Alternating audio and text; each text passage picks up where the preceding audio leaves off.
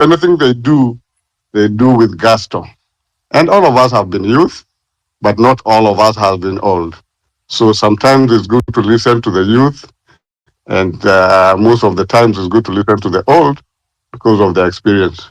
So personally, whenever in these spaces I speak on my own lived experience.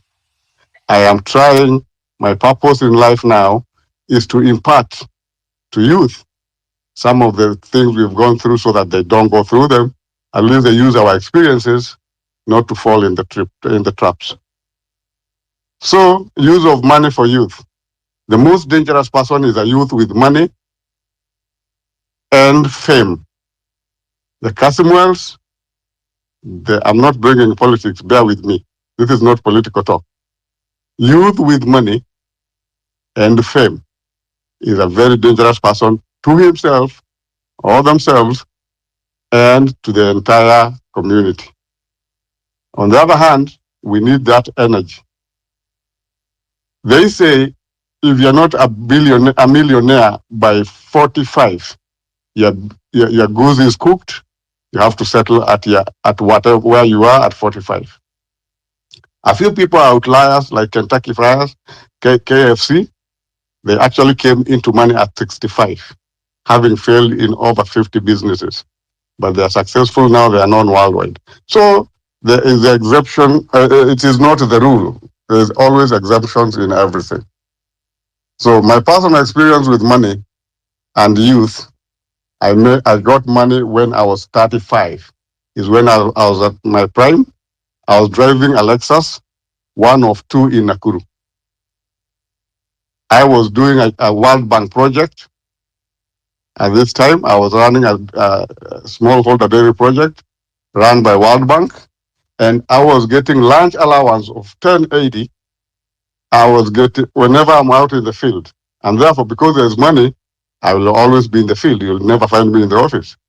So what I do is I get my 1080 for lunch, I get my 360 for breakfast, I get my 1080 for dinner.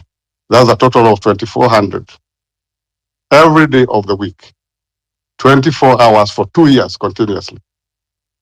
So on Friday, I have my 10K cash. So whenever I would go to my workstation in Koibatek, which was in a present day Baringo, I would go and my colleagues would ask me, mshahara imelipwa? Nawambia mshahara gani mnategemeaga tu bado mshahara? Mimi sijui mshahara kama imelipwa ama hailipwi. For 2 years I've never checked. That money is just accumulating because I have 10K. But I used to spend that 10K. At least one thing I did, I ordered in a local butcher to supply my family with a kilo of meat every day. So what I'd do is that I'd go, sometimes I would not even have money to pay because I arrived home after spending the 10K at Coco Savannah. Long story short, I spent my 32nd actually, to 35th in that life. And I spent all that money for the 2 years that I was getting in Coco Savannah. And that is how I ended up wasting my youth, wasting my potentiality to become a millionaire. Because other than some property I bought in Nakuru, I never used that money for nothing else but drinking at Coco Savannah, where we would drink 20,000. So I even overspent. So I have to pay the next weekend. And the story was going, by the time I'm 35, I have done nothing with a potential several tens of millions. Because there were other sources of funds. I was still the coordinator of the project, so I could get big money. Not only that stipend of mine, I was the one dealing with the supplies, dealing with the fueling the vehicle, and all this kind of stuff. So my boat always just went out when the project came to an end in 2000. When Kibaki comes to power, he removes that kind of nonsense, and we end up now having to have no World Bank projects. They were withdrawn, and I went back to my salary. This time now I started knowing, kumbe mshahara inakuwaga kidogo hivi. And that is actually why I left Kenya, because hiyo mshahara ya Kibaki haikutosha bwana. Wakati ya Moi tulikuwa na stipends ya World Bank. I end my long narration.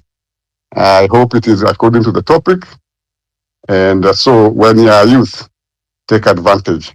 When you get a chance to get money, save money, do big things. Yeah. Unaona ile ile topic Jande ameweka. Kwani mlikuwa mmecoordinate. Jande ni wewe alafu ukashuka. I couldn't hear Rigi, and so I had to drop.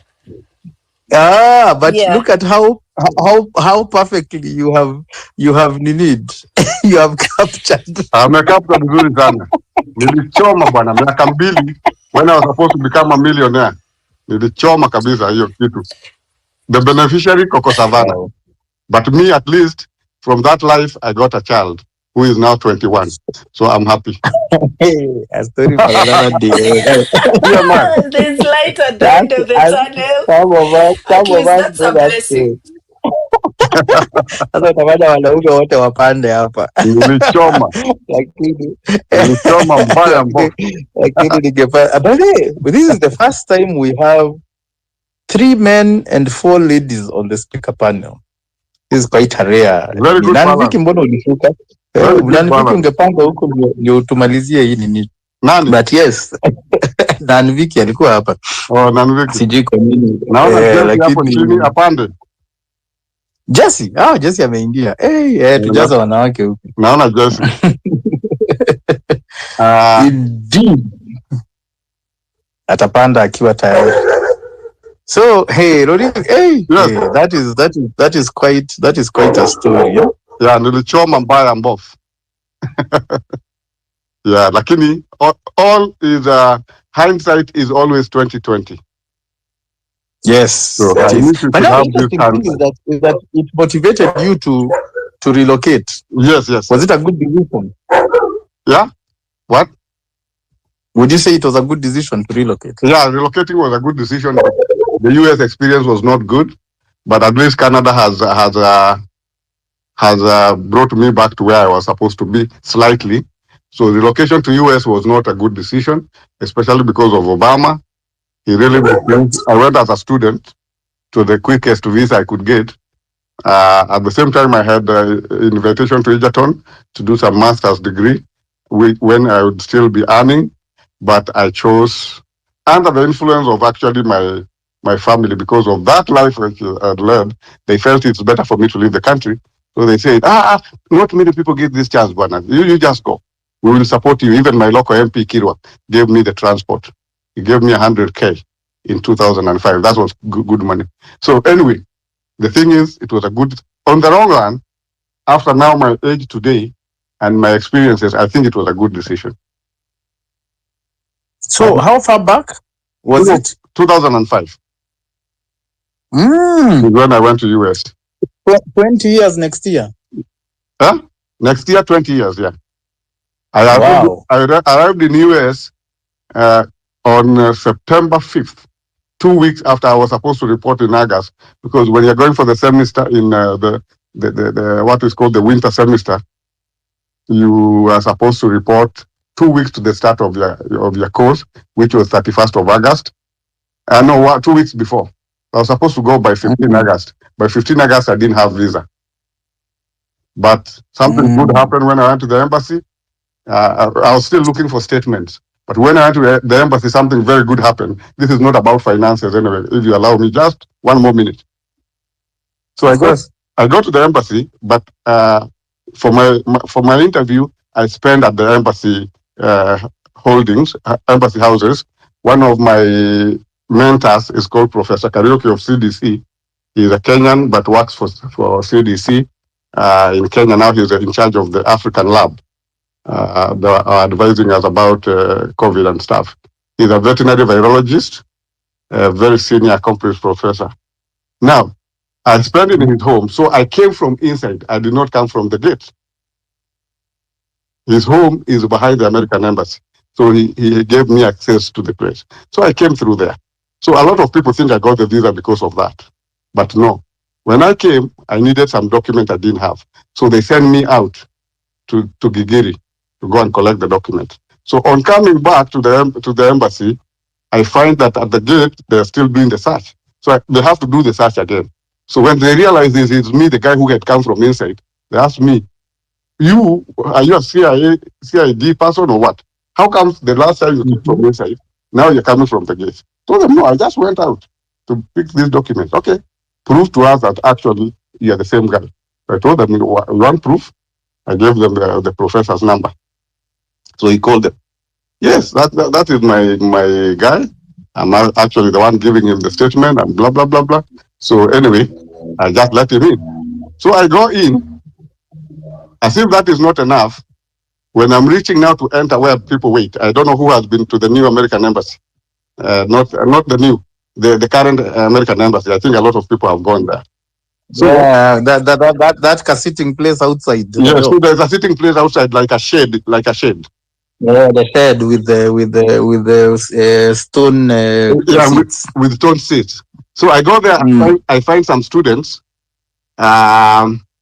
Some students from Braeburn School. These top schools.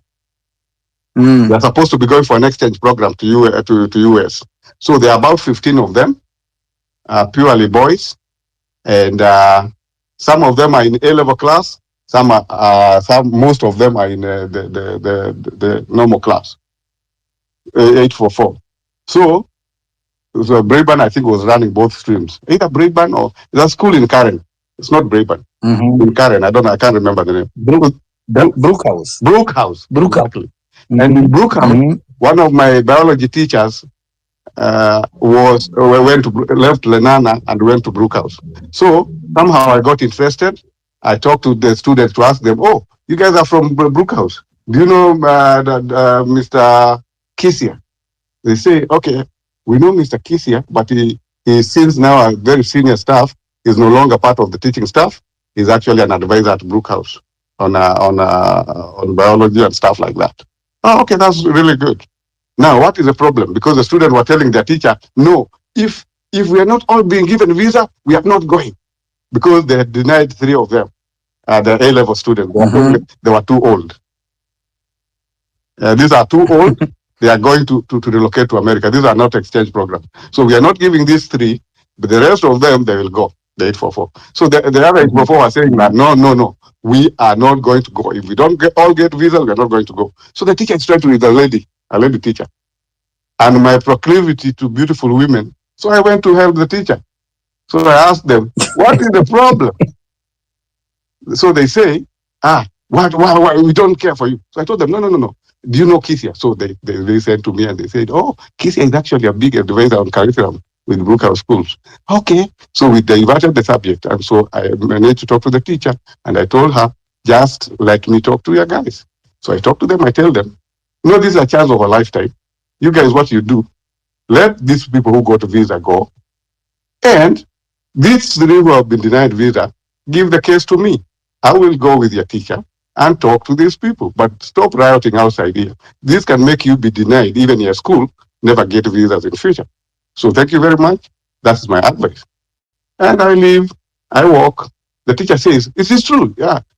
Can I go with him? And we see what he can do. So they're thinking I'm an official. I'm wearing a very good suit. I had tailored it specifically for the embassy. So it was actually my first suit I had bought that was serious. Nilishonewa na Mjaluo. Akanishonea suit ya not less than 20,000 in 205. So it's not a cheap suit. Na ilishonwa kama wiki moja. Niambia ukiniharakisha nitaharibu. It was a good suit. I wore it to America. I came with it even to Canada. Anyway, I'll go in, and as I enter, these people now realize this is the guy we had sent to collect some papers. But he has delayed. So they tell me, go back outside and wait. But the visa officer there at the desk has been seeing the camera. So he tells the security guys, no, get the guy back. Let us hear what he wants to say. So I come in and I'm taken to a certain desk there of the senior counsel. And they tell me, what is it that you are talking to those students out there? So I tell them, no, no, no. In fact, I was talking to them about being calm. They stop like kind of rioting.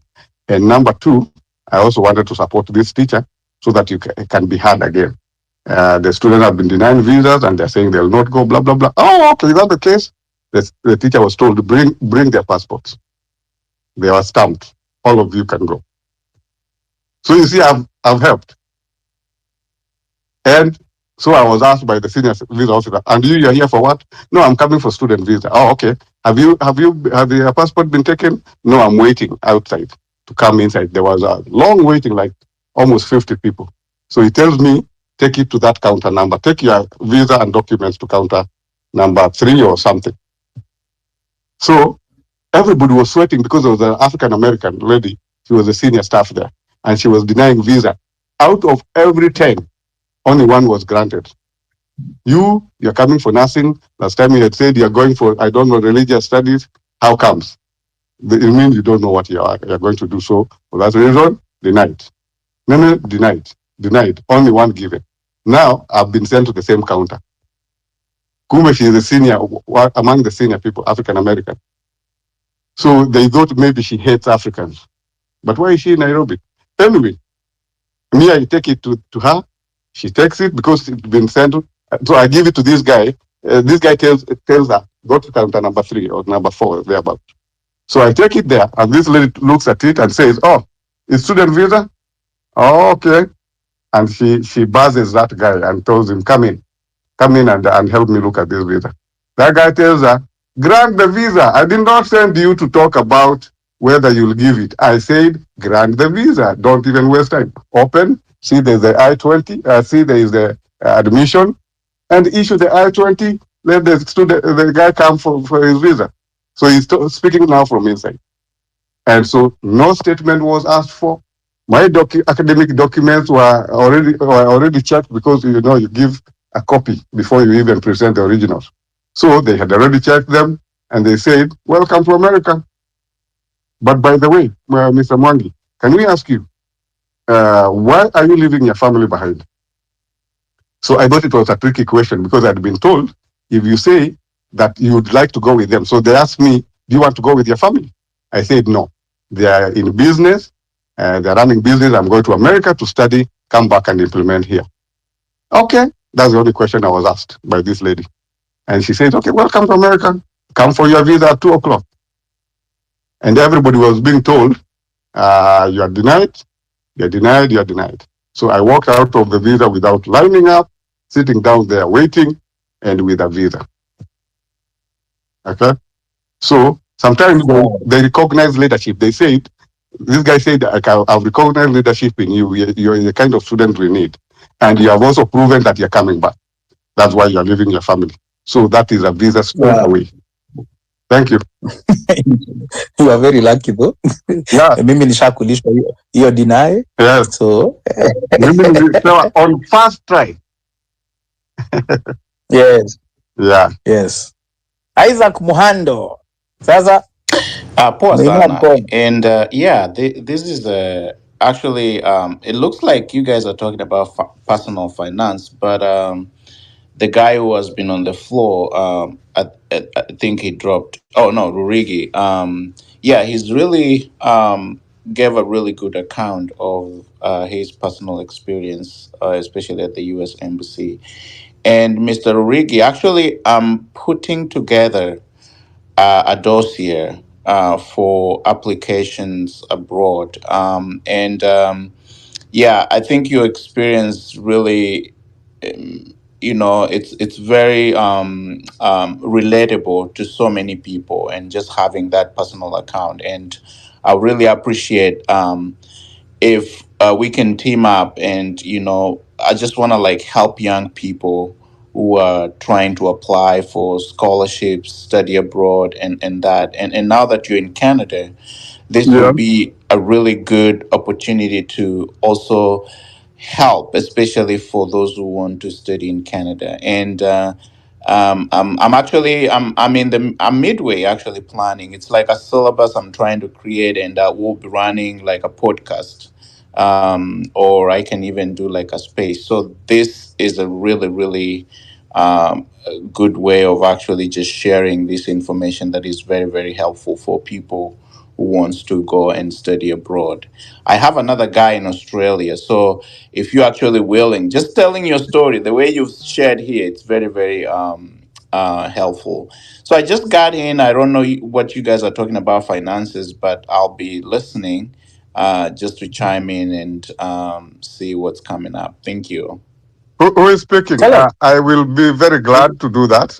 I've been looking for opportunity to help, but Yeah, I didn't know The how. person speaking is Isaac Muhando. So Yeah. Isaac Muhando, tell us a bit more about I hope you follow me. what you're planning. So two people are talking. So Chege, you're saying something, and then Ruriki Yeah, was. Rodrigi is saying he hopes you're following him. Yeah, I hope you're Correct, following Rodrigi? me first. And also, I want to request anybody in this space to follow me because sometimes when we go to these other spaces and we have less than 1K followers, they look down on us. I'm soon going to verify my account to get it verified because I don't want the down look from Ibe and IQ Watson.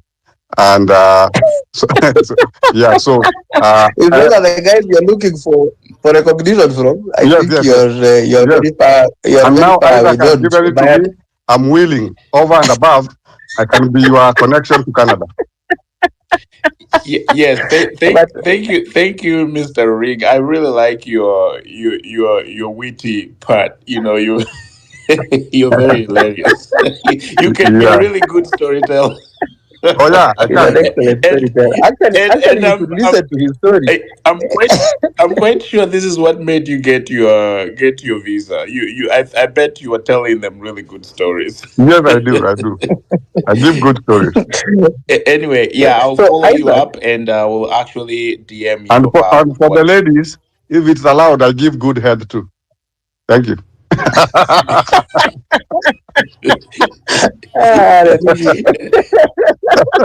Yeah, sure. On a I'll lighter definitely note. follow you. Yeah. Thank you. No, that's quite okay. Tell yourself, Rodriguez. I always tell the young men, pick the mic and Yeah. speak. You never know who's listening. Thank you. There's angukia tu mtu. Isaac, Yeah. tuambie, where are you? Why this feeling of wanting to help young people? What exactly is your plan?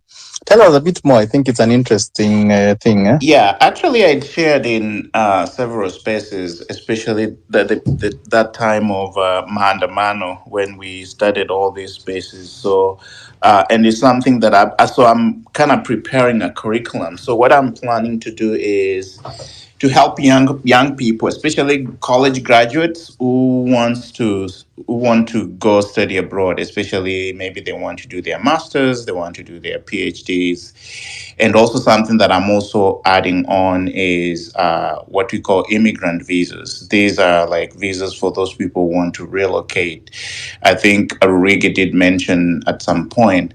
So I just wanted to use my own experience. So I'm in the United States. I'm actually in New Orleans. I've lived in a couple of states. I've lived in New York. I've lived in Indianapolis. I've lived in I've lived in Boston, and now I'm in Louisiana. So I did my I did my all my 2 degrees actually here. So I studied with my master's program. Actually, no, I did an exchange program. I think the one Rigi was talking about, but that was for Fulbright. You guys, I don't know anyone who is familiar with Fulbright. So I started with Fulbright, and then after Fulbright, once I finished Fulbright, I went for my master's, and then from there I did my PhD. Where is Fulbright?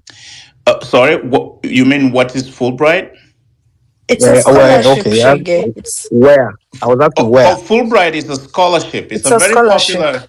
It's a very Yeah. popular scholarship that actually sends people abroad for an exchange program. So they will sponsor you, pay for everything, and have you go to the United States, or it doesn't actually have to be the United States. They send people in different parts of the world, right? And we also have students from here who actually go to. Actually, I have a student who just got Fulbright and is coming to Kenya. So she will be teaching high school students in a very remote area in Alego, Songa, or somewhere in Nyanza. So, so that's what they do. So it's a scholarship that is actually, I think it's sponsored by the United States Department of Education. Okay.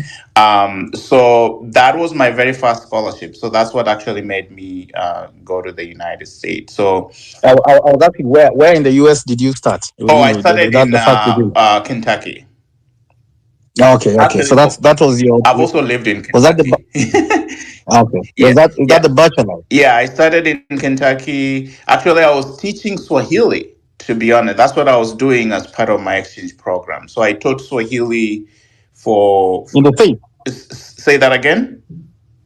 You taught Swahili in the States? Yes, I taught Swahili. I taught Swahili at Western Kentucky University for actually 9 months. Yeah, so that's part of what they do. So I taught Swahili, and then after that, came back to Kenya, and then also went back to do my master's. So I do have some series of experiences of actually, avenues where people can actually go abroad if you really want to go abroad. I'm also exploring other options for Canada.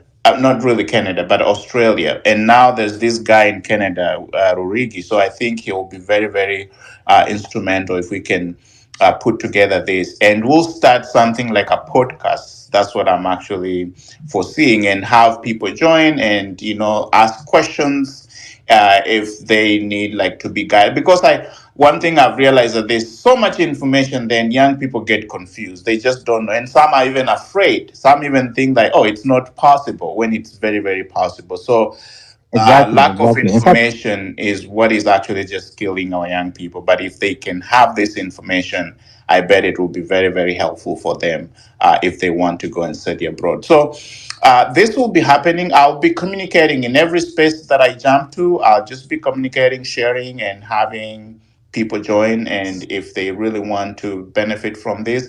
And I foresee it being free. I don't want to charge. This is just my one way of giving back to the community, because I was raised by a community, so I'm not really looking forward to charge anyone for this information. Fantastic. I'll say something, but I can see Sheke's hand up. So maybe if you don't drop Isaac, let's hear Sheke's question, then I'll come back to you. Yeah, I know we're talking about personal finance, but I wanted to add to that conversations on visas. Someone who came as a student centuries ago. Anyway, did I get to centuries ago? Last so should I get to 19? Niliambiwa mimi ni baby boomer ama ndio wa silent generation, so don't worry. Anyway, I've been hit with that. I have a niece who is a teenager. She just turned 13, and then the way when you're talking, you go like so and so was born in 19. So I happened to pull that with my niece. I was told, where mommy? The way you go like when was when were they born? So you go they were born in 19 what? I was like, my niece was like, Uncle at 19. So that's the way it hits you how old you are when you're talking to the younger generation. So anyway, last century. Go ahead, Sheke. Wewe acha mimi nishaambiwa na my own child. She's a Gen Alpha. Aliniambia 19, mommy, you're almost an ancestor. Sasa hiyo utasema nini? Yes, I was asked if we were living in caves those days. We are ancestors, bwana. Mimi kama mimi ni ancestor. Hata nilituziwa hapa mara mbili. Hata mimi ni ancestor. Incorrect. So anyway, let me go back. So mi ile shida naona na sisi wa Kenya is one, Na please msinitupie mawe. We are intellectually lazy. And what do I mean by this?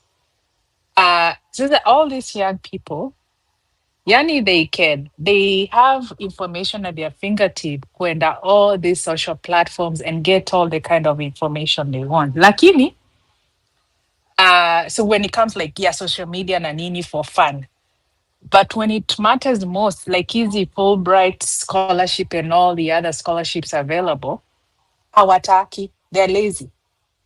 For instance, I had someone reach out to me. Yeye amepata scholarship na nini, lakini yeye ni kila kini alispoonfeediwa, like alijaziwa everything na akapata is fully paid for. So he was waiting kukuja. So I reach out ananiambia, hey, I'm moving to this place. I'm trying to figure out nitakaa wapi, nitapata a small stipend. So I'm trying to figure out kama itakuwa cheaper nikae shule ama ni rent apartment ama studio or what not. Mi nikamwambia mimi I don't live in that city and that state, so I don't know the cost of living. I'm not familiar with it. However, nikamtumia mpaka each state you can go to their state website and you get all the information like standards of living, housing cost, whatnot. So nikamtumia nikamwambia, here, like do the research and then figure out based on the stipend you're gonna get what's gonna work for you, kama kukaa shule ama rent studio ama hata utafute roommate. Yeah, so mi nikafikiria sasa like mtu kama najua huyo ni mtu amemaliza the first degree, so ukisikia mtu anapewa stipend ni mtu anakuja for a graduate degree, he was coming for a master's, because usually your first degree they don't give, there are very few scholarships on that and they don't even give you stipends. So a few weeks later huyo mtu ananiambia, so I reached out to kujua kama like if there's any questions I can answer. Alafu anasema ati he was waiting for me nimfanyie hiyo research.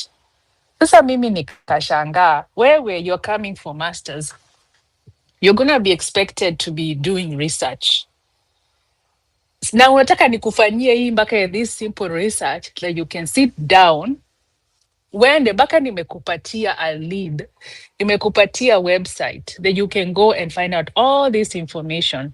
In addition, nilimwambia he can also reach to the dean of students, because these campuses, international students are their bread and butter. And even when you come for scholarship, they are there to guide you so you can be a successful student. Nikamwambia, hata dean, you can reach out to the dean of students. They can help you to figure out. Sometimes they even have arrangements with property companies to offer student housing. Lakini hajafanya any of that. Anataka mimi nimfanyie everything na nimwambie shika, hapa ndio utapiga simu, hapa ndio utafanya hii. That is one problem I have seen, and we need to change. And that's also why we get conned, because kwanza nimeona a lot of Kenyans are being conned by agents when they're traveling to Canada. Like wewe una trust every single thing that agent is telling you. Instead of going to the Canadian government's website, see the visas they issue, the requirements, what jobs, the skills they are looking, because it's there black and white.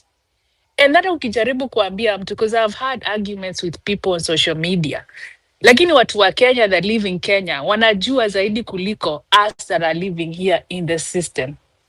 Mtu amedanganywa, like kama saa hii ile koni inaendelea saa hii ni ya CNA. A CNA is a certified nursing assistant. It's like like you help the elderly or someone in a rehab facility, like you help them with to eat, kuwaosha, changing diapers and whatnot. That's what CNAs do. In layman's term, home nursing. Home nursing, exactly. and you unaenda, like you go to school for a few weeks so that you are aware and are able to follow the protocols, like also about infection control and whatnot, and not to get injured yourself, blah blah blah. So anyway, saa ile koniko, and this is being perpetuated by people like you and I, like people in the diaspora, wameenda Kenya, wamefungua shule za CNA, wanaambia watu ati utapata visa kukuja US. US does not issue visas for CNAs. The only visa they issue is for nurses, and they have specific agencies that can do that. Mpaka naambia mtu, just go to the USCIS website. That is the US Customs and Immigration Services. Enda hapo, itakuonyesha what visas, the requirements. Kuna countries zingine, they don't even, like Kenya, they don't allow like non-skilled laborers, like the way they allow like Mexico, like farmer, people that work in farms. Kenya, we don't have like that. We are not issues those kind of visas. Lakini mtu hataki kufanya hiyo research. Wewe unaenda unapelekea your $500,000, your 1 million to a agent. You don't do any research to verify, do your due diligence as to whether what you're being told is actually the truth. Because hata kama, let's say even me, like I'm not a CPA, I'm in finance, but I'm not a CPA. So sometimes when I have complex things, I will consult a CPA. But hata saa hiyo nikienda kwa CPA, I have an idea of what I am asking. Because at the end of it, I don't want to be misled, and I want to make sure what is being recommended actually works for me. Lakini sisi ni kama hatutaki, tunalalia akili. I don't understand. And when you try to tell people this, uko social media, they will argue with you na kuambia hapana ati kuna plan. So the second thing tunakoniwa is Kenyans, we believe so much na loopholes. Like nikilipa fulani, I'll be able to penya, even if it's not official. But that's not how these other countries It's work. Godfather syndrome. That's how I call it. Yes. Yes. So these other countries, it's whatever the requirements are will never change. They're there, black and white. If they change, they notify it in bold. So kila mtu anajua. But unajaribu kuambia mtu hivyo haski. Sahi kuna hiyo lottery, DV lottery that just opened last week, going on for 1 month. Alafu nasikia mtu anakuuliza what are the requirements. But if you go to the State Department website that where you apply, wako na requirements hapo in different languages. Lakini mtu hataki kwenda kujisomea. Anataka wewe ndio umsomee. I don't understand. And with our people, like, that's what I mean. Like, we're intellectually lazy. We want shortcuts. We want get rich quick. That's why we get conned. Even con men know this. Ukiambia mtu, I'll get you a return of 30% a month. Even the mafia, they can't give you 30% return. Tutaambia mtu 30% return. Si mliona wamama walikoniwa na huyo basi sijui wa nani, alikuwa anawaambia 30% return a month. A lot of people were conned. And saa hiyo ni mtu like anasema ako educated, ako na degree nini, si ati ni an elderly lady from the rural area. No. So hiyo get rich quick ndio inafanyanga tukoniwe. Another thing is, maana tunanyimwa visa, is we lie everything. We lie so much. Mpaka these governments know that we lie. Tunadanganya sana even the obvious. Like saa hiyo umeenda embassy, umewadanganya, and then you can't even substantiate your lies. Kama unadanganya, let there be a mix of truth. The best lies are zile ziko na some truth. Lakini wewe umedanganya kila kitu. Hakuna ukweli hapo. Sasa tumejulikana. Tutakuwa kama wanaijo. That's why the rate of rejection of visas for sisi wa Kenya imeanza increase. It's like, it's worrisome, and it's because wamejua. Let's not forget, these people wana kipingi data. Unajua sisi wa Kenya ndio tukipingi data, but wengine wana kipingi data. They keep data, and each time Mkenya akienda kuapply, they will refer to that data. And that's why watu wanasema ati wamekuwa unfair. Yes, there are sometimes they are unfair. I mean, let's be honest, because hizo visa is a way for them to get money. Yes, there is that tukatae, lakini we are also contributing. Kama unaenda huko, make sure hata kama unadanganya, kuna ukweli, unaweza substantiate facts. Uweze huko kuongea like ukwe confident, because watu wengi inakwanga, instead of having a conversation, it's a monotone. Unaulizwa unasema yes no, yes no, like you can't even discuss, huwezi jitetea.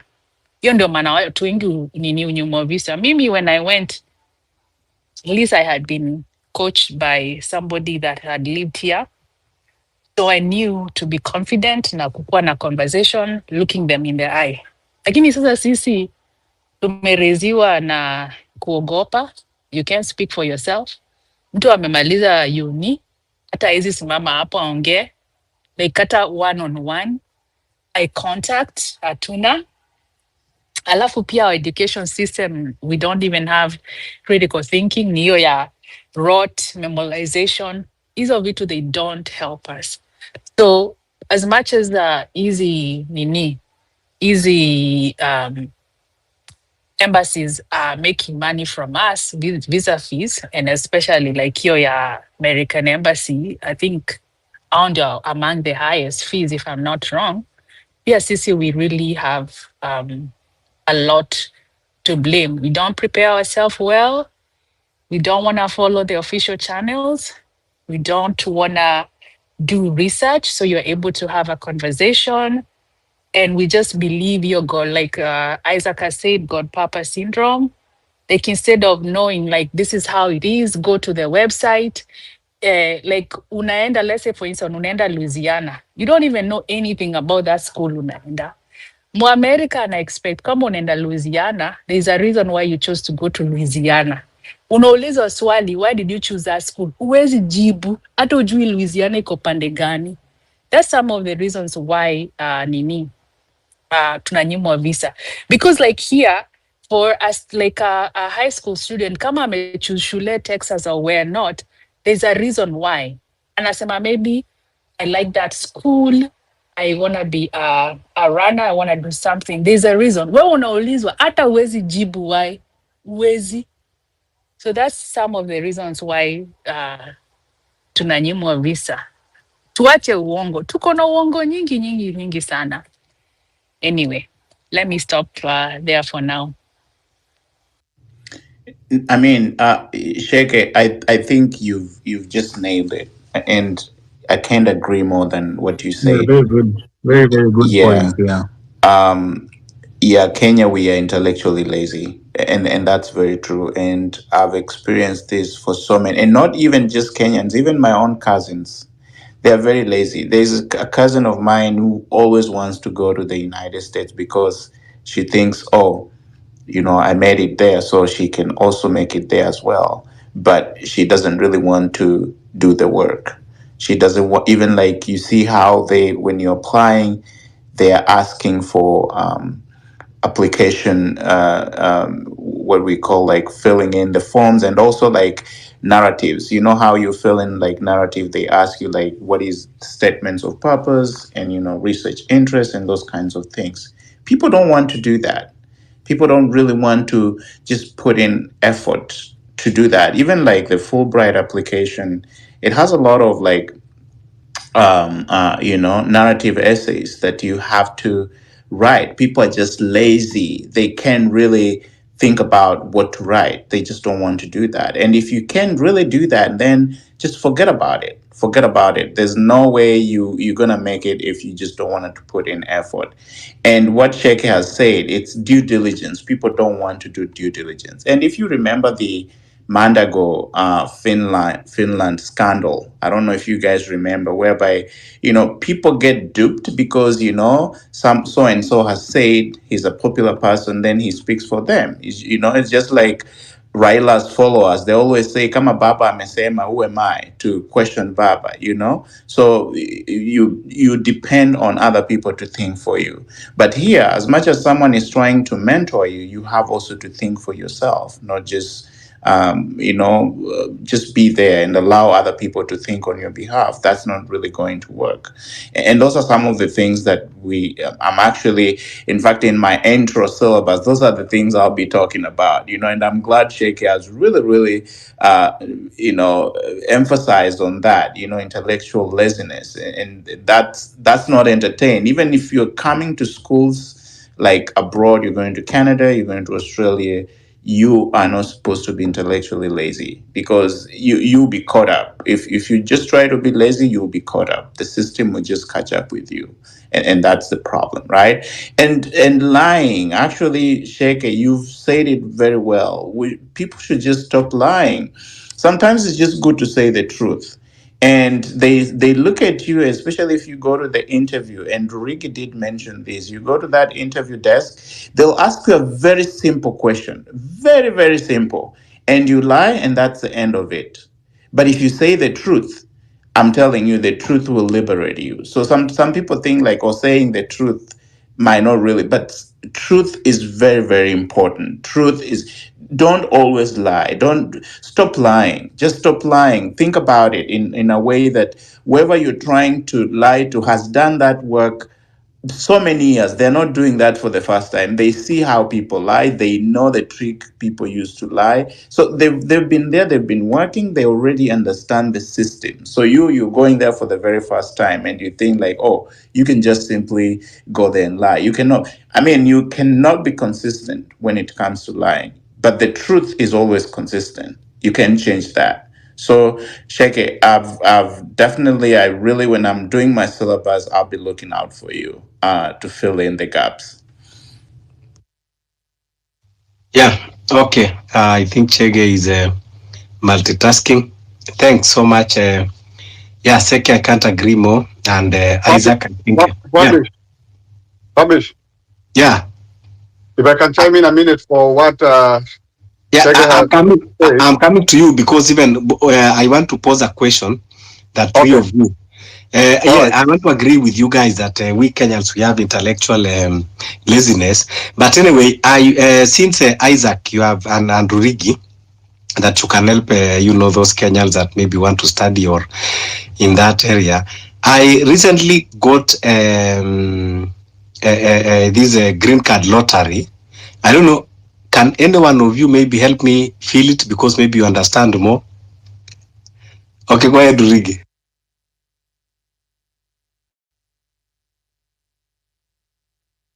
Mr. Fabi, go ahead.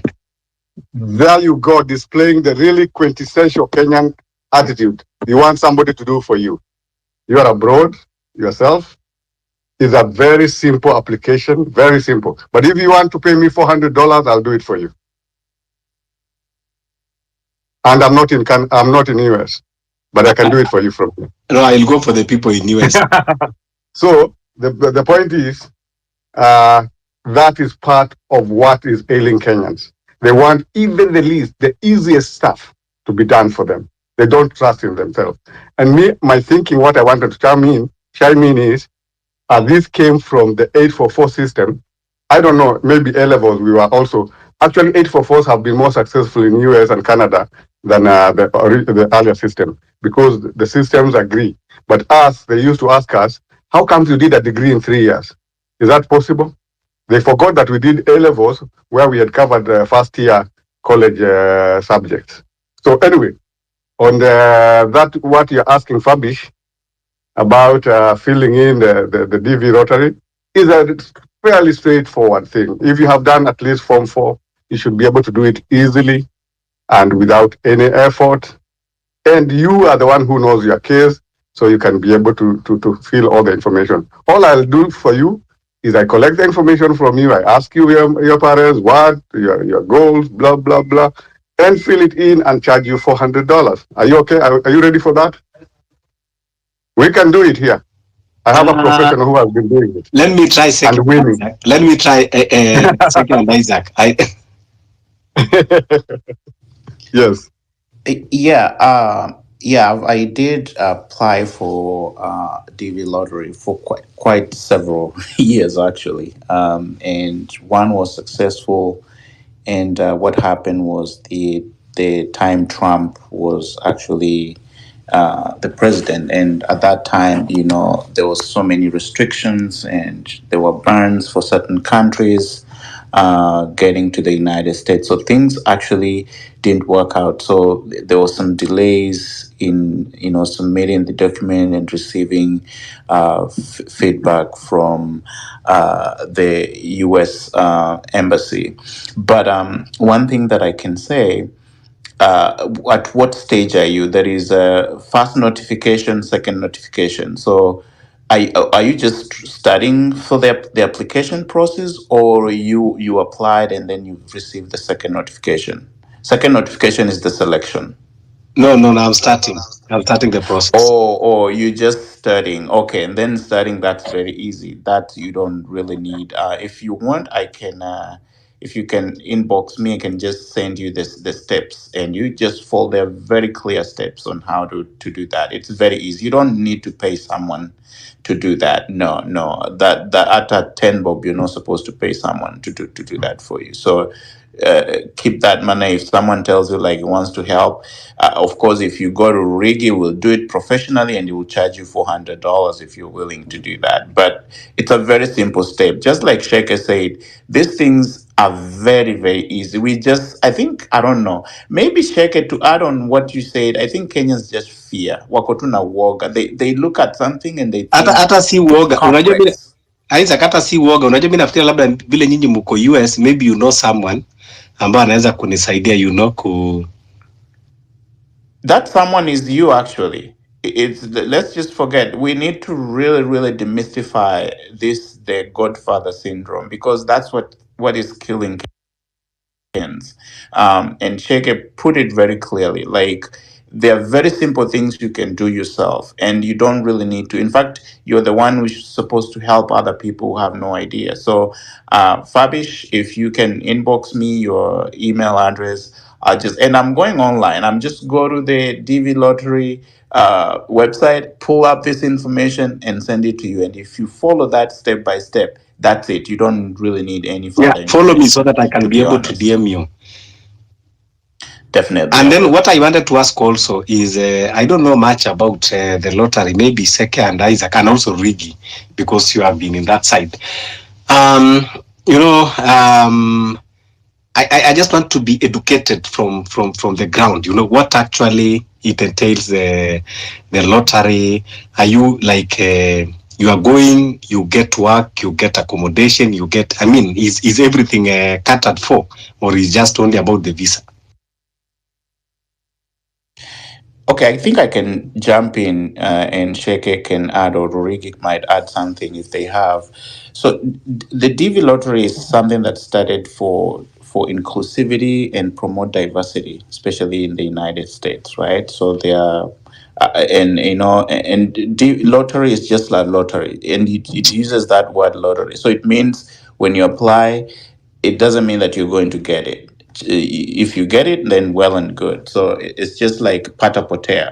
That's how I'll call it. So when you apply, you put into a lottery, and they pick up people from certain numbers, randomly, and every region is actually allocated certain DV lottery opportunities, right? So it can be Asia, Africa, Europe, and so forth. And different regions actually have different slots. So what is happening is, when you apply, you have to wait. So you'll apply and then wait for about, I think, 9 months to know whether you've already been picked up or not. So once you apply, you'll be given like a code, and then you keep that code. When the announcement comes in, you'll key in that code with your date of birth and your name and see whether you got the lottery or not.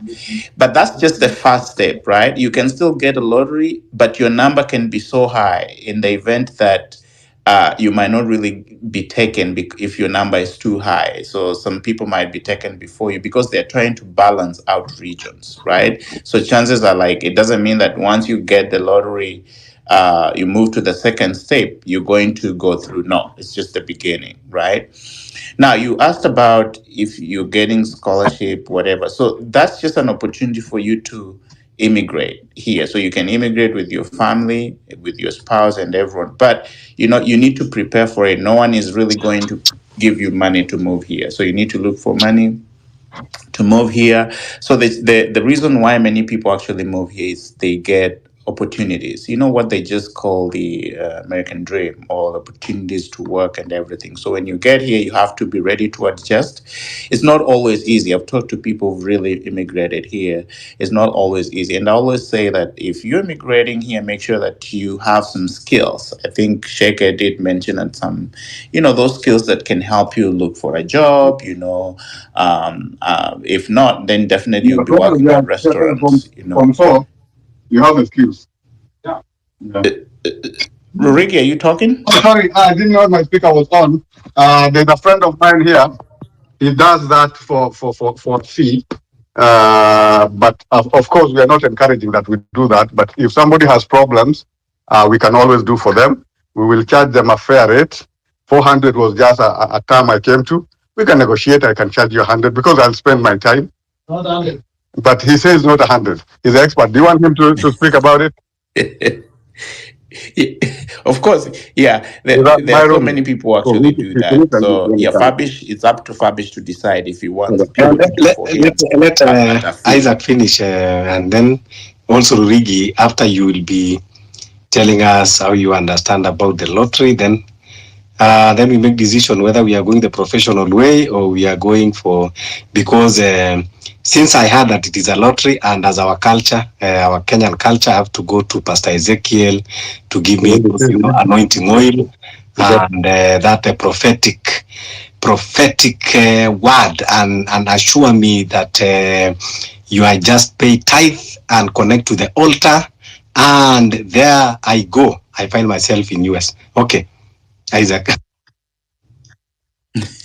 Those are things I really discourage. So in fact, that's just a simple, very good example of laziness, the one Shaker was actually referring to. But as I was saying before, so it's a process, right? So getting selected is it's something that actually involves luck, right? But what I'll be working on for what I think I shared this before is not really DV lottery. For me, it's actually for serious people who wants to either get here on student visa, because it's easier. Sheke will tell you it's easier to get a student visa than getting immigrant visas. Immigrant visas are really, really hard. In fact, they scrutinize you if you're looking for immigrant visas. So I always tell people, why don't you start on a student visa? Just like Rurigi, who started on a student visa, it's easier to get that than getting immigrant visas, right? So people like shortcuts, so they feel like, oh with the DV lottery, I'll be able to get this and go. And I'm even scared, like, if at all, if in these general elections we're going to have in November, if at all, like certain section of political class win, they're even going, I'm worried they might even scrap off the DV lottery. They are not in for like just bringing people to the United States. So it is something that might even be scrapped off at some point. I'm not saying that's going to happen, but that's what I'm foreseeing in the near future. But what I'm really into, Fabish, is actually looking for something that is workable. If you move here as a student, it's easier now to move to transfer that, do like adjustment of status, or get maybe a white woman and get married and maybe you end up using that as a family visa. That's an option that you can actually have. And then also, if you're here, there's so many things you can actually do, to get that. You can, and I'll be talking about this EW visa. We also have what we call professional visa. There's so many different types of visas. People just don't know these visas do exist. So when you're here, your eyes open, right? So if you can get access, go to Canada through student visa, go to the United States, go to Australia. It's gonna open your mind and see things from a different perspective, right? Yeah. But for the DV lottery, it's just a trial and error. So you might get it or you might not get it. So that's that in a nutshell. That's what I can say, Fabish. But the process of trying to go through the application is very, very simple. Please don't pay someone to do this for you. It's very, very simple. You go to their website, apply, put in there. They will ask you very simple questions, and that should be it. And once you finish, you can now wait for the email. If they send you an email, they tell you, oh, we've selected you, we are moving to the next step, and they will send you all those. The good thing, they are very clear. They give you guidelines on what you should do. So people are just lazy to read the emails and follow the steps that are required when you're trying to do the application. But what I'm going to do is I'm going to send you all those steps one by one. And if you follow that, it will be simple as ABC. I'll leave other people to actually chime in a little. So, I want to agree with you 100% about that your program. Please, you guys do very quick. I think I'll be interested, and many other people. In fact, you just need to set a date, and then I have a lot of friends that really they need that chance, so that I can prepare them. They can be able to join and ask those questions by themselves. Instead of looking for these agents that they are later being conned. So it's better to hear from someone or people who understand. So Isaac, Seke, Rurigi, please arrange yourself, make that program. And Chege is requesting that please make sure that you add him in that program. He's very, very much interested.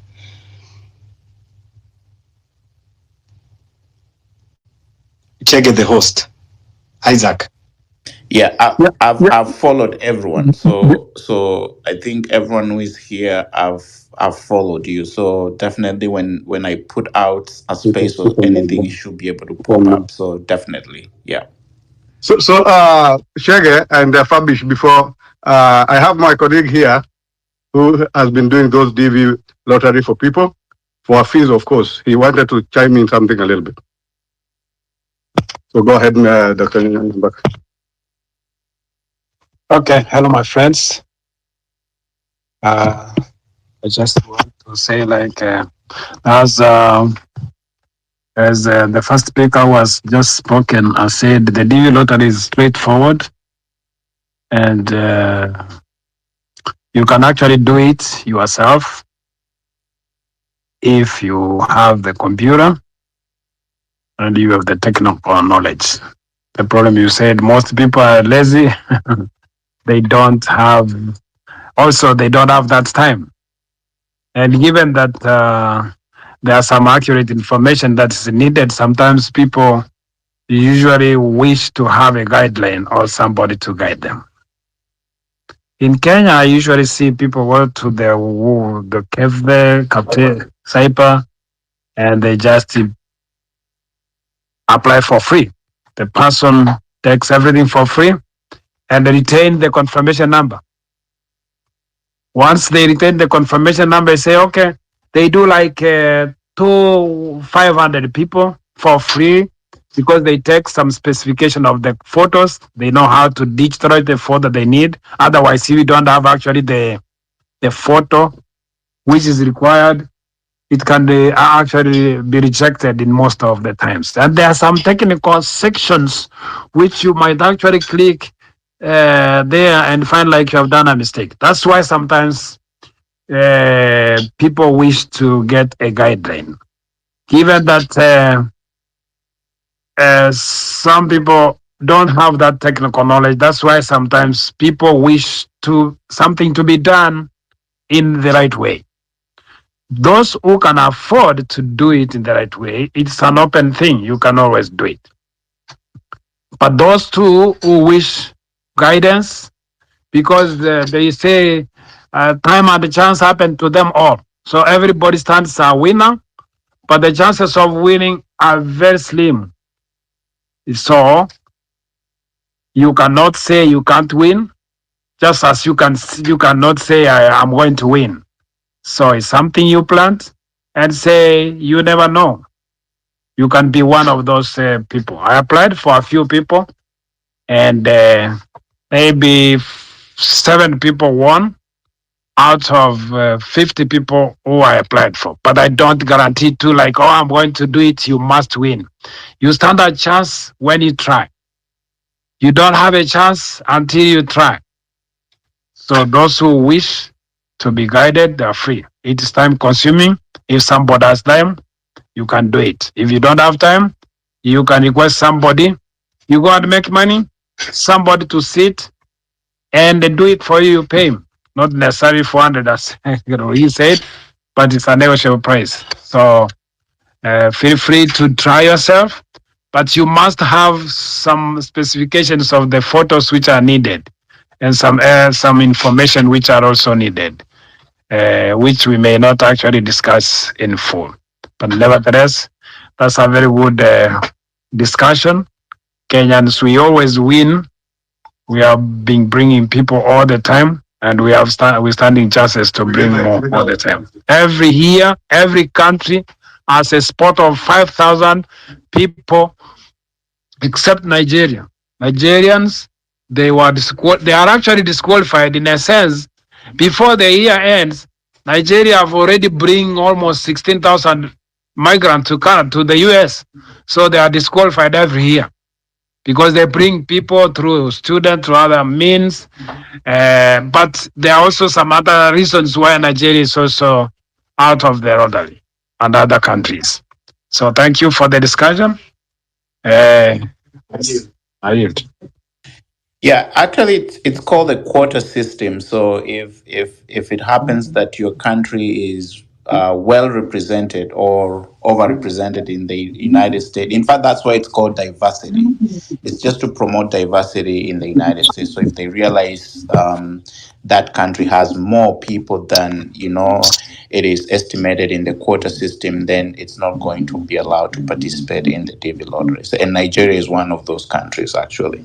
And that's why if you come to the United States, you find Nigerians in every state. True. So back to you, Fabrice. Yeah, second, what do you want to add before we go to Honorable Duncan?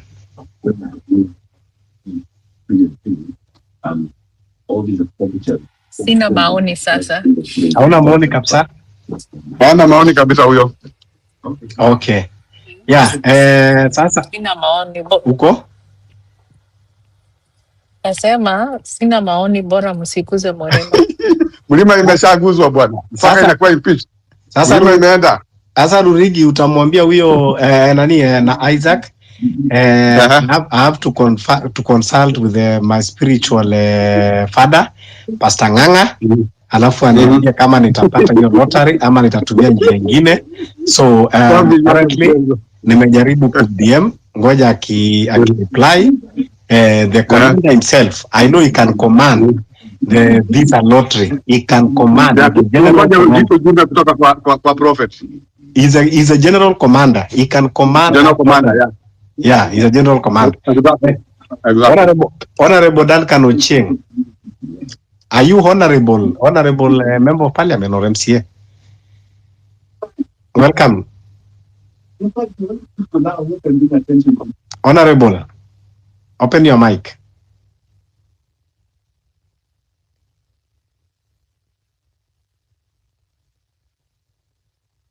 Honorable. Okay. It's like maybe. Okay. Yeah. Go ahead, Honorable.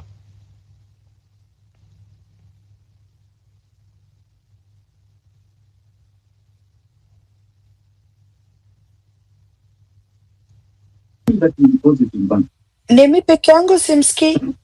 No, Nasikiki. Honorable, Oh, can you get closer okay. to the answer, please? You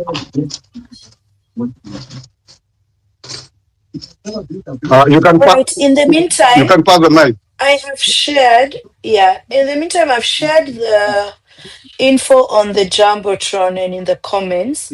My brother sent it to me. Of course, I'm not going to apply because I don't desire to go abroad, but this can be, it can be helpful for other people. So you can just see the details here, plus it has just info on the application dates. So that you can be mindful of the deadline, and then there's a link there, so feel free, and then you can of course reach out to Rigi or Isaac or Sheke to assist with anything else that you may need. Oh, yeah. Thank you so much. All right. In fact, I was asking for many people because personally, I had to get my support, but I know there are other people that I shared the link with. Actually, I think there is a day that Chege shared about the link here, and many people I know they are trying in as much as they can to share. And one person had actually DM'd me asking me about the process and the proceed and how to do it. So I think they have been helped. And thank you again, Jan, that you are putting the Jumbotron, and of course Isaac, Seke, and Rigi are here also. If you need to come and ask any question that may be, or any difficulties that you are encountering. Yeah, Wasita. And Okay. Fabrice, Yes, there's Isaac. also one thing that I just want to mention. I think I'm also going to do the Jumbotron. There's a guy who actually runs YouTube podcast. It's called Brit Simon. So he has been doing the DV Lottery podcast for quite some time now, over 10 years. And he actually shares people. He goes live and people ask questions live. So I'm going also to share his YouTube podcast, so you guys can follow up if you have any questions, or people with similar questions. I think your concerns can actually be answered through his podcast. So we're just trying to share all this information out there. So if you want to use it, that's up to you. If you want to find Godfather, that's up to you, because knowledge is power, information is power. So it's up to you to decide whatever you want to do with this. Okay, yeah. And Rurigi, I can see Baba Jackie is here. I also believe that Baba Jackie, but of late Baba Jackie has been so silent. I don't know whether I've been trying to tell him to come live, but most of the time he's at work. He's a senior manager, so he cannot be seen to be doing this stuff. Okay. But he's always listening. Okay. Yeah. Ayo Wasita. Ayo. Ayo the six. Unanisikia? Tunakusikia. Yaani mmeona mmechoka na Kenya, sasa mtafute tu green card mkateseke majuu. So right.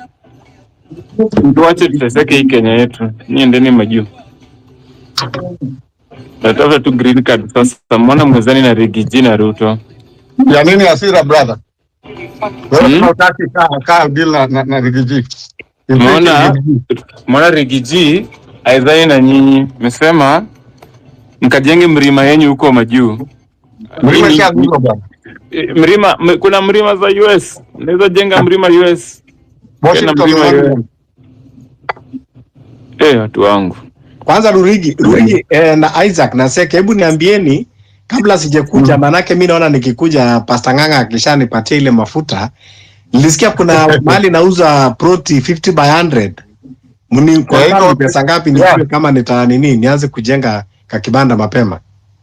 Ni huko Texas na inauzwa na Mkenya. Nilisikia ni mtu wa mlima. Nasikia ni kwa hivyo hata naweza lipa hapa na Kenya shilling, akanikatia tu. Unalipa na Kenya shillings. Maguta. In Texas somewhere, I'll find the link for the gentleman and send it to you. Nikija niweke kama biashara kufuga kuku inaweza enda? Sana watu wanafuga kuku, wanafuga kondoo, mbuzi. Anauza eka and it's not expensive. You can buy as many acres as you want. He has a total of about 800 acres he's selling right now. Aku grab hiyo. Hapana. US hakuna vitu kaida hiyo bwana. Hiyo ni phenomena ya Kenya. Don't export it. Kwanza wakisikia unasema maneno ya kugrab, wewe utapata visa, ndugu yangu. And you know, let me tell you, these G7 nations, they share intelligence. So if you have done something in UK, when you apply for visa, unaulizagwa which countries have you visited, blah blah blah, unasema UK ama unaficha. Eventually they'll find out and you'll be denied visa, or they could lure you and arrest you. My friend, be careful what you say here. Especially in relation to UK and US. Canada, they are a little bit moderate. They will not criminalize anything. But UK and US, be very careful. And now Australia. Nyinyi wakalemu mepenetrate huko. Your in-laws. Is it your in-laws or your dad's side? My uncle, my mom's side. Nakwambia, in Australia now, one of my aunties is a councillor there, and they're receiving a lot of problems. So soon, the channel for Kenyans in Australia is going to be blocked. But there was a woman, I think from Murima. She was a senator in Australia. Yes, there's a senator, and my auntie is a councillor. Yeah, there was a senator from Murima. Yes, yuko bado ni senator. Bado ni senator, eh? I think yeah, yuko bado ni senator. Gani sijui ni wapadha ama ni wa wapi? Mmuti ya Mrima ako. Yeah, I don't know Mrima. I think she's in Perth. Yeah, I think she's in Perth. My auntie is in Adelaide. So mchunge sana nyinyi wakale, kitu mna export ya land grabbing is going international and it's going to haunt you badly. Wajua kulikuwa na mtu alikuwa anaitwa Nicholas Kipiator Biwott, aka Bull of Auckland. Alikuwa na shamba almost 8,000 acres in New Zealand, ambao alikuwa anafuga merino ships. Yes, that is why he was christened Bull of Auckland. No, Bull of Auckland was christened because he was touching some people in the meeting, but he was touching physically, sexual kind of abuse. They had to kick him out of the place, but because of Moi's intervention, he remained in Australia until they came back. Otherwise, they had said he'd be sent back ASAP from Auckland. Oh, that's what they called the Bull of Auckland. Yes, but the point is very serious, Mr. Fabish. US, the point I wanted you to take is that US, Canada, Britain, Germany, the G7 nations, they share intelligence on immigration. 100%. When I was coming here, I was asked for my FBI file from US. And instead, I took the Kansas Bureau of Investigation report. So I gave them, and I was indicted for something that I am not indicted, that's a strong word. I was fingered for having been held by ICE. But they said we cannot trust this report from Kansas. It could be doctored. We want from Kentucky. You are held by what? It can be. You are held by what? Held by ICE, Custom and Immigration Enforcement. Okay. So held by ICE, but no, there was no crime or anything. But he returned to Kenya voluntarily. That's how Canada was able to grant me a visa. If I had not returned voluntarily, they were not going to give me a visa. So, do the right thing, as I think it's Shei was saying, this Shei or Sheke, that really tell the truth all the time. If you try to lie, you will be caught. In these immigration matters, you have to tell 100%. In fact, if you have a criminal, tell them before they ask you. Because that way they have an authorization. They look at the time, when was the crime committed, what was it about, and they can dismiss it. But if you hide you had a criminal thing, or even that being held by ICE for immigration violations, being out of status in the US, that can deny you even any other kind of visa to any other country in the G7. So be very careful what you say here. You don't know this. This app is owned by Americans. Is run actually by this app now is run by Elon, but Elon is Canadian. But most of his business now is in the US. So he's also a US citizen. And you know that the space he held with Trump had I think 38 million people listening. So they share information. That's all I wanted to say. Thank you. And Ruriki, you're very right. One thing that people forget is, and that's why trying to maintain a lie is very hard, because you might say one thing, and even here you're actually saying something different. So you can be tried. And these people, one thing that maybe people don't understand, they follow up even on your social media. They will be checking now that with the search engine, they can check anything. They can put in anything that you ever made, a comment you've ever made on social media, and that can work against you. So anything that you put on social media, you say out there, it's actually followed, and they have a very easy way of just trying to track down that. The technology nowadays make it so much easy to track down anything. And before, when you're making an application or you're doing a visa application, the moment you submit that form, they start now looking at your documents, precisely looking at everything that you said on that particular application. And that's why I always say, when someone applies for you and you don't know what they put in on that document, you don't know some of the questions that were asked, what they populated, and then you go for the interview, they pick up a very simple question. They ask you, alafu nakauka ulimi, or you lie. So it shows that there's no consistency in what you've already said and what is actually in the application form. So that's why it's always good to do these things by yourself. And Rurigi did mention something that is very, very important. If you ever travel somewhere else, you travel to Australia, you travel to UK, and at some point you overstayed, even when you go for the tourist visa, and then wanakupatia 3 months, and then ama 6 months, you go there and you say, I can overstay, no one is actually paying attention. Actually, you're violating immigration law. So by doing that, and anything that is overstaying, going beyond the time that you're supposed to be somewhere else, that might indict you for future visa. So just be careful on that. So that's why it's always good to say, if at some point you overstayed, you need to tell them, hey, I went to the United States, I felt very sick, and I overstayed by 3 days. A simple truth like that can save you, rather than saying, no, I've never overstayed. So you just need to be very careful. And maybe something I want to say, Jande, the co-host, I try to share. It looks like only host and co-host can actually put something on the Jumbotron. I've already sent you that link. So if Jande, you can post it for me, I really appreciate, for the step-by-step DV Lottery YouTube. Yeah, check your. I just DM'd you. I already posted it. Actually, it's the last. Oh, you already posted? Yes, I've posted it on the cool. It's the last. The last. You talk the last post looks like which is shared by Chege. No. No. So I've no.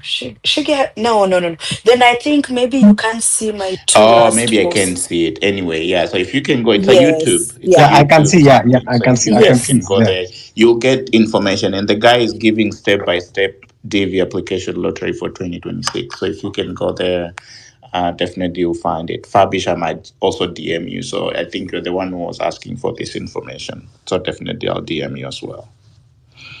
Yeah, you talked of these immigration laws and like overstay. I remember, I think it was around 2013. I went to Zurich, to Switzerland, and sometimes these people, they can be crazy. They gave me 90 days. They gave me 90 days. They stamped 90 days. It was a tourist visa. They stamped 90 days. And then, they write 90 days, and down there, they will write valid from this date to this date, right? So, while I was there, I was not counting the days. I was checking the validity of my visa. I think it was from around April to July thereof. The time I was going back, and these guys detained me at the airport. You know, when I presented my passport to the immigration, and he started counting the days, and then he was like, "Oh, you overstayed." I said, "What do you mean I overstayed? What is the date today? You know, my visa will expire tomorrow." He told me, "No. And when you count these days, it exceeds the 90 days." So, and it was a drama. And you know, this is, they cannot speak English. Now they have to bring a translator. They bring one woman who was a police. So, and now they were forcing me to pay $300. And I tell them, listen, I'm not going to pay even a dime because I am checking the validity. So it is not my mistake. That one you can go and fix with your with the officer that granted me the visa. So, and it was confusion, and they were forcing me that I should pay the 300, and I tell them, okay, it was a Schengen visa. I asked them, if I'm not going to pay the 300, what will happen? Are you going to detain me? Are you going to jail me? They say, no, we will not jail you, but we will ban you for 5 years. And if you ban you from coming to Swiss, you'll be banned from, you know, any Schengen member state. I said, well, that is fair enough. But I told them that I will not sign any form because I've never breached any law. I know that my visa is still valid. The date is showing the validity. You know, no one told me about counting the days. And if they were counting the days, they could have made it easy, count themselves and give me the validity date. So, and they told me that I cannot travel if I'm not going to sign the form. And I tell them that I'm not going to sign it. Whether you are going to fine me more. Whether you are going to ban me more. Whether you are going to, because I was really, really upset. So it was remaining like 15 minutes for my flight to take off, and eventually they let me go. So, and when I went, I alighted in Jomo Kenyatta, and straight away I went to the embassy. And when I reached there, oh, the lady that granted me the visa, she came, she was apologizing. Oh, we are very sorry. Yes, we have rectified. We have removed you from the, you know, from the system. It was not your mistake. It was from our side. You see? But if I didn't protest, that is how I could have just paid the $300 for no reason. I don't know. Has something similar happened to any of you? That they write the validity period and then the day is different and you have to count and match? For me, it's something similar but not visa. So this was ujinga ya Kenyan immigration. So nilikuwa nimekuja nyumbani to visit, and of course hiyo ni when they were stamping. I don't know if they're still stamping. Nowadays most countries are not stamping your passport. Anyway, so Kenya walistamp the wrong date. Mimi asikujua. So when I was entering the US, sasa si unatoa passport yako ndo niende custom nipitie kwa officer. So obviously, with the minute I scan my passport, anaona everywhere that I have been since I exited. Anaanza kuniuliza, mi naona ulienda hii date na hii date, lakini hii passport yako ilistampiwa uliingia Kenya certain date. Is not making sense. So me, I'm checking there. That's when I realized Kenyan custom, they messed me up. But the good thing, so mimi nilikuwa na the time that time that walistamp, I was here at work. So mi nilifungua nikamwonyesha, unaona hiyo ni mistake ya Kenya, because hata ukiangalia I was at work and here is my details. You can even confirm. But I was very confident in the way I argued for myself. So akaniwacha niende. But so you have to be, kwa Kenya pia wanaweza kukumess up. So you have to, when you're traveling, before hata uingie ndege, just confirm your visas and your documents, because Fabish, he didn't confirm, and he only found out when he was going through. So yes, it happens sometimes. I didn't know even what to confirm because waliandika 90 days and then wakaandika validity. So to me, I think tunaangalia pale kwa validity. I don't know that you have to count 1 to 90 na ujue itaisha lini, you know. Sasa mimi nilikuwa nakaa tunaangalia date. It's like vile sometimes unapewa visa ya 5 years. Alafu nafikiria like, oh, you can stay somewhere for 5 years. No. Like the US lazima, I think you only ina depend, ingine sijui like you have to exit within 6 months. Hata kama ni kuexit uende Canada na urudi. Yeah, so you have to be like you have to go to the website and be clear or even ask questions. Like umenipatia 5 years, what are the rules and regulations? So I don't make a mistake, because if you ukifanya mistake kujua the next time hawatakupatia visa, watasema you overstayed or what not. Yeah, Fabish. On the date, my student visa ya US ilikuwa imeandikwa duration of studies. So there was no time frame, but it had said duration of studies. But if you're not in school, there was something new that introduced that year I was going called service. Student and Exchange Visitors Information Service. Now, that keeps tracking you. The university you go to is obligated to report every semester that you are completing studies, you're continuing with studies. So for me, why I was being removed actually was because I overstayed the 5 years, although 5 years is a technical term, it is not really 5 years. As long as you're studying, I had up to 8 years to be in the US. But I fell out of status because I stayed out of college for more than 2 semesters. So I applied, they reinstated and told me, this time, you're not getting a year. You're getting 1 semester. You step out 1 other semester, you're out of this country. And that's what happened. So you have to look at your visa and see exactly what it states. If it has number of days, you count them to the days. If it has a time frame, you consider the days, especially in the US, are the minimum. What you go for. If the stamp says something different, but the days that are stated there is 90, 120, whatever, you have to exit in those number of days. Otherwise, 1 extra day in violation. Yeah. So like you have to count the days, eh? Yeah, you have to count the days. Yeah, okay. Don't. In Canada, it's 6 months. Canada is 6 months. Visitor visa, for example, they start counting from the day 60. Then they go by month. So they'll give you the date from this date in June to this date in December. If you have not exited by the date of December, Canada has a provision you can apply for extension for some reason.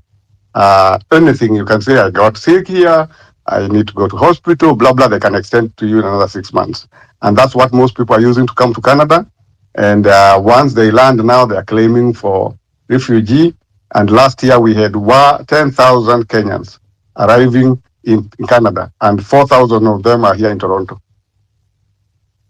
Some of them, we are housing them here. My auntie has even opened a house. We wanted to do some business. She has converted it into accommodation for Kenyans. So it's good business for Canada. So rents have gone so high.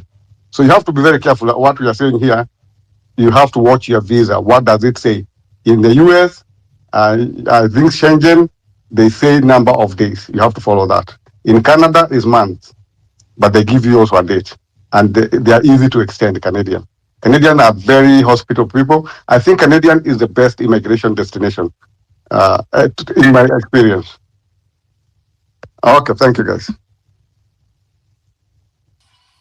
All right, Fabish, maybe I want to say something. So, all right, yes, for the Schengen visa, it's number of days.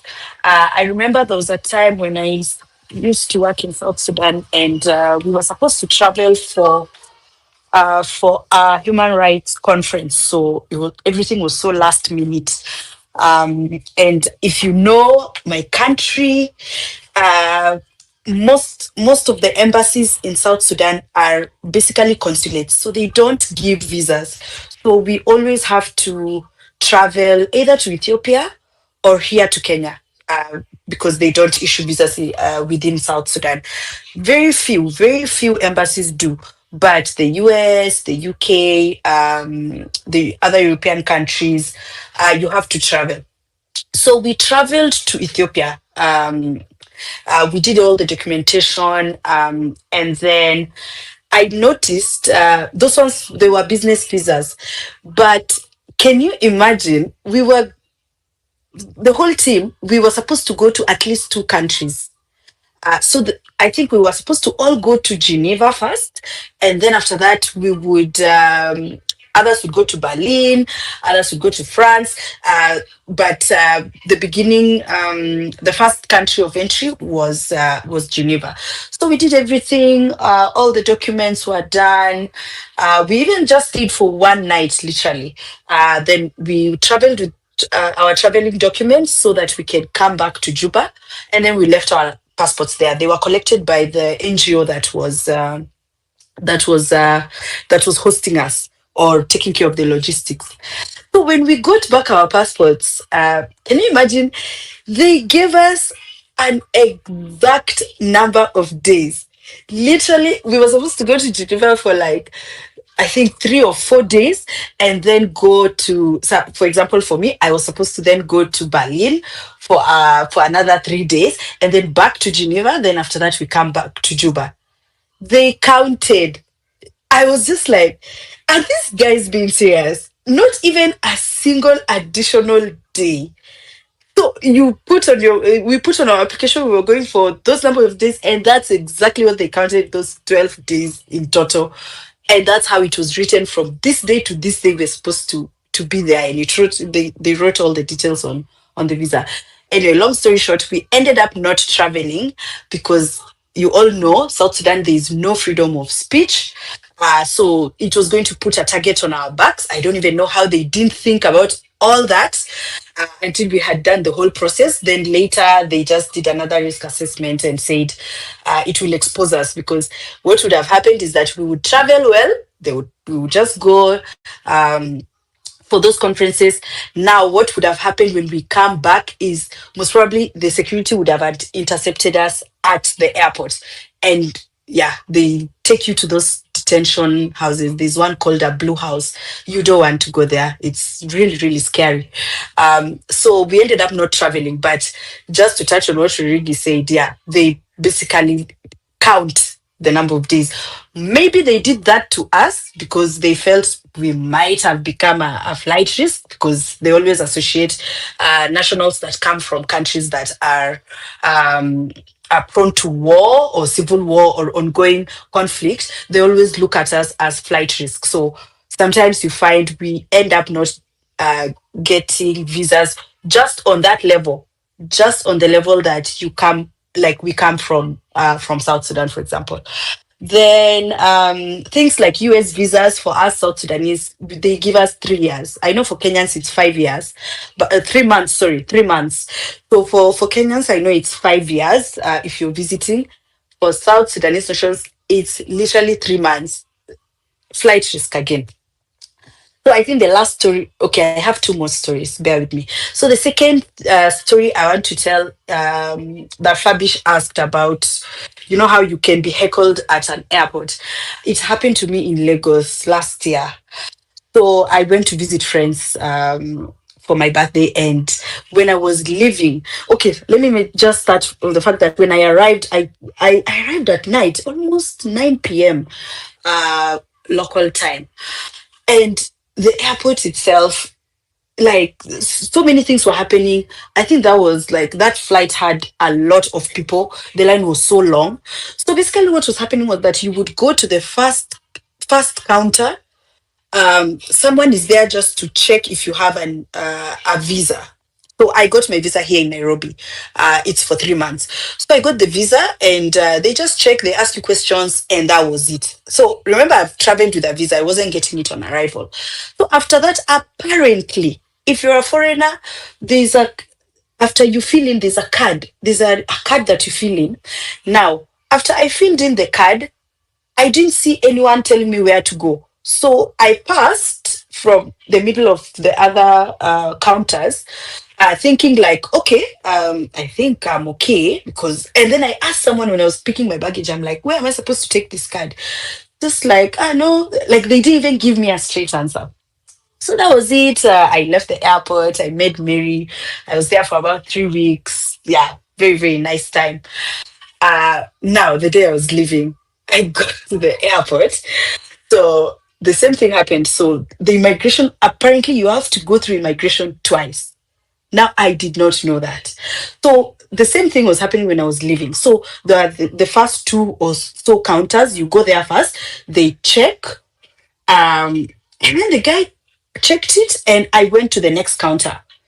So when I was going to the next counter, like maybe four, five, six, those ones, I'm being told, where's your entry stamp? And I'm like, what do you mean? Uh, yeah, like no one asked. Like I went through the first counter, and they just checked my visa and they asked me questions, and that was it. I don't know. I don't know anything about a stamp that was supposed to be put on my passport. But here's my visa. It's for 3 months, and I've just been here for 3 weeks only. The guy is like, no.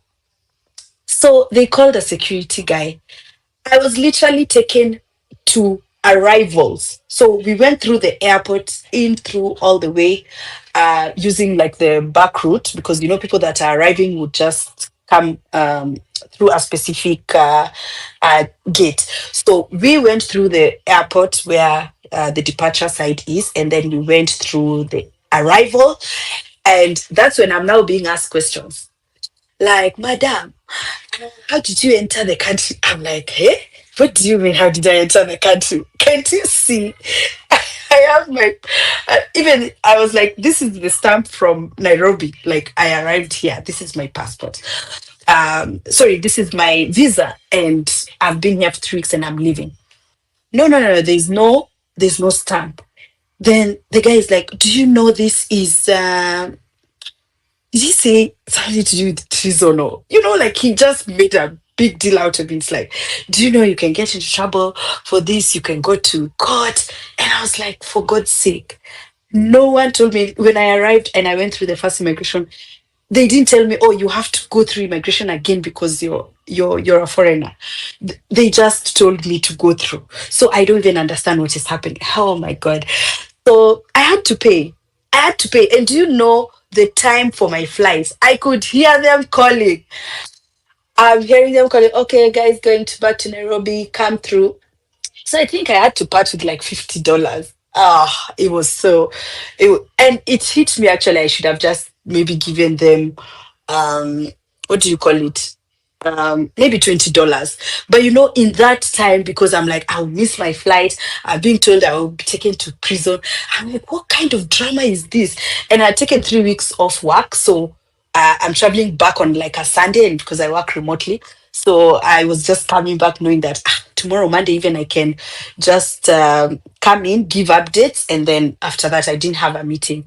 But it was so scary. It was so scary. I'm like, I've never gotten into trouble at any port, and I've been to different places. So how is this happening in Nigeria of all places? So basically, in all that, they just wanted me to pay. I don't even think it would have been such a big deal because all the info was there. So apparently, what happens, even if you have a visa, I had a 3 month visa. What happens is that they stamp your passport and then again write the number of weeks or months that they give you. So that's what they now did. So they stamped my passport to show that I came that day. It's like they backdated the stamp to show the day I arrived, and then they now wrote there, I think 1 month or something. Yeah, because then I now went through. That's when I was able to leave the airport. So yeah, these things are really crazy. So now I'm extra careful, and I tell everyone, if you arrive in Lagos, you have to go through immigration twice. So the first one's just check your visa or your passport. The second one's now stamp. Even if you have a visa, they stamp for them to indicate how long you'll be there. All right, my third story. So this has to do with lying when it comes to green card application. So I used to No, I saw a thread for under Edgar Obare where people were writing about the experience when it comes to application for green card. And they were just complaining the way it's so expensive, the process is so tedious, and they have to go through lengths to do all these what do you call it, the medical checks. So this lady, she was she was married, and I think they had 2 or 3 kids, and both her and the husband had applied. So they did everything. Now she's talking about when she arrived at the embassy for her interview. So she's sitting there, and then she's being told that uh, when did your husband get divorced? And she's like, what do you mean? Divorced? He's never been married. They're like, no, you know, he's tried to get a green card before some years back. And that time he indicated that he was married. So please furnish us with his divorce, what do you call it? His divorce certificate. I'm telling you, she was there writing the story. She's like, she was in so much shock. So apparently, what happened is that the husband, years ago, when he was still single, when they had not met, he didn't have kids, he was cohabiting with a lady.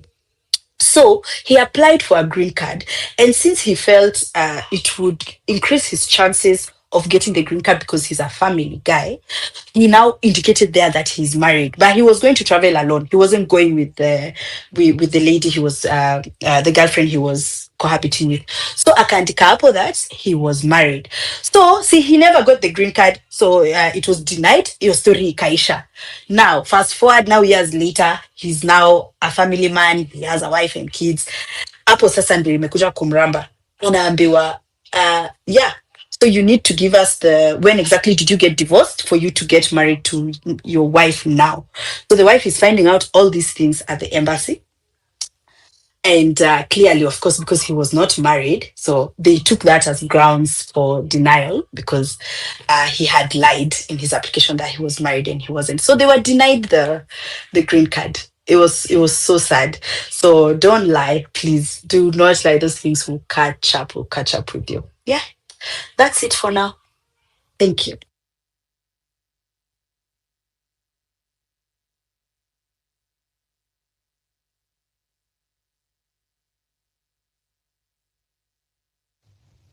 Yeah, these are the things that you know, very vital information before you travel, because there are a lot of challenges out there.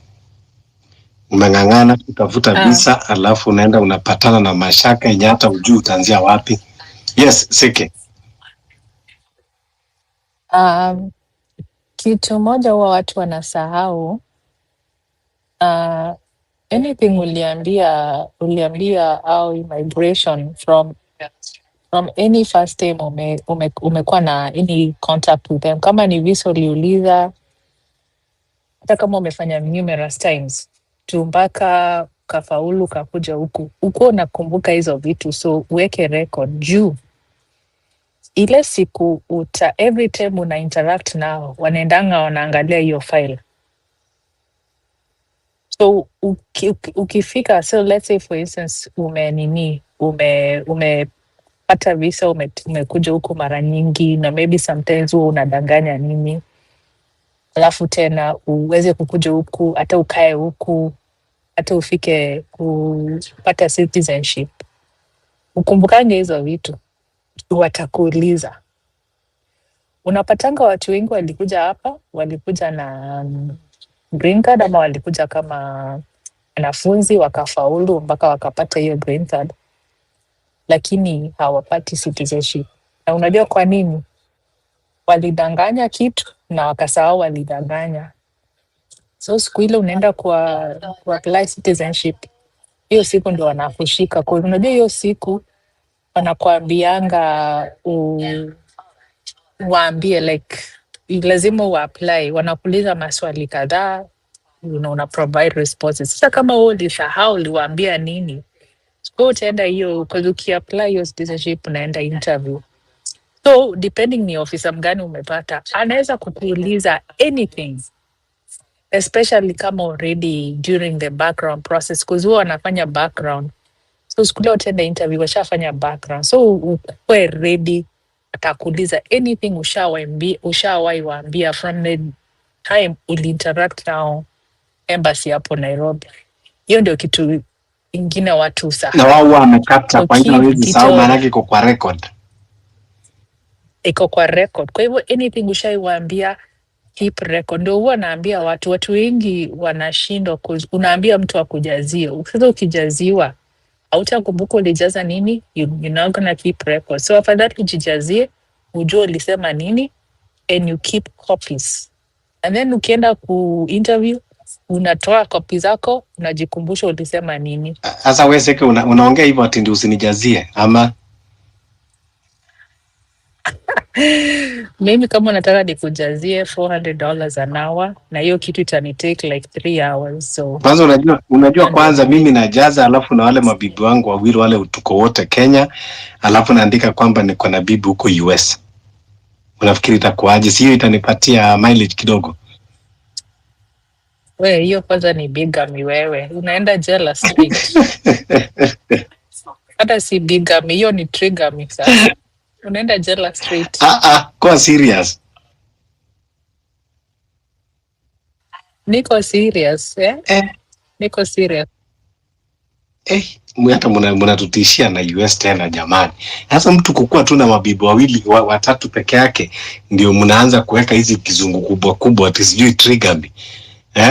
Na okay, alafu yes, hiyo kitu